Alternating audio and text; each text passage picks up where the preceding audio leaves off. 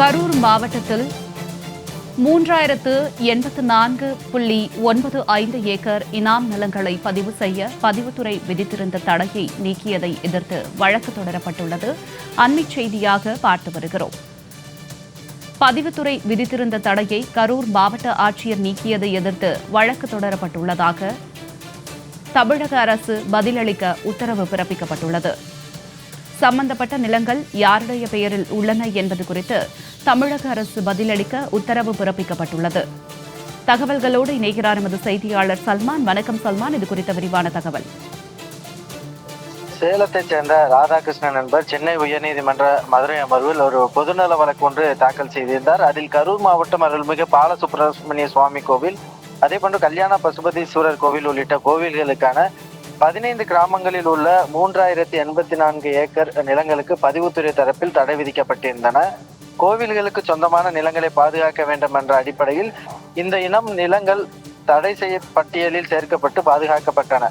இந்நிலையில் இந்த நிலங்களை ஆக்கிரமித்த சுமார் 3390 நபர்கள் அளித்திருந்த மனுக்களை மட்டும் அடிப்படையாக கொண்டு ஜூலை 9ஆம் தேதி கரூர் மாவட்ட ஆட்சியர் 3084 ஏக்கர் நிலங்களுக்கு பதிவுத்துறை விதித்திருந்த தடையை நீக்கி உத்தரவிட்டுள்ளார்.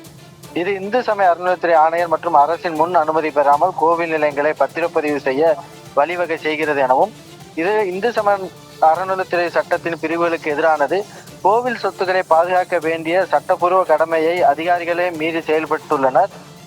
கரூர் மாவட்ட ஆட்சியர் பிறப்பித்த உத்தரவு தன்னிச்சையானது, அதோடு சட்ட அடிப்படையில் அது செல்லத்தக்கது அல்ல எனவும், மாவட்ட ஆட்சியரின் உத்தரவின் அடிப்படையில் கோவில் நிலங்களுக்கான விற்பனை பதிவை அனுமதிப்பது முற்றிலும் முரணானது, இது ஆக்கிரமிப்பாளர்களுக்கு ஆதரவான செயல்பாடு எனவும், எனவே கரூர் மாவட்டத்தில் உள்ள அந்த 3084 ஏக்கர் இனாம் நிலங்களுக்கு பதிவுத்துறை விதித்திருந்த தடையை நீக்கி கரூர் மாவட்ட ஆட்சியர் பிறப்பித்த உத்தரவை ரத்து செய்வதோடு அதற்கு இடைக்கால தடை விதித்து உத்தரவிட வேண்டும் என அந்த மனுவில் குறிப்பிட்டிருந்தார்.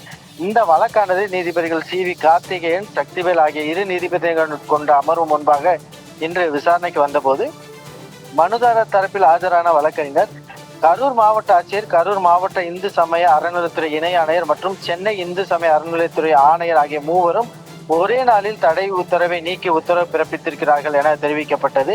அதற்கு அரசு தரப்பில் 80ஆம் நூற்றாண்டுகளில் சில இனாம் நிலங்களில் கோவில்களுக்கு வழங்கப்பட்டன.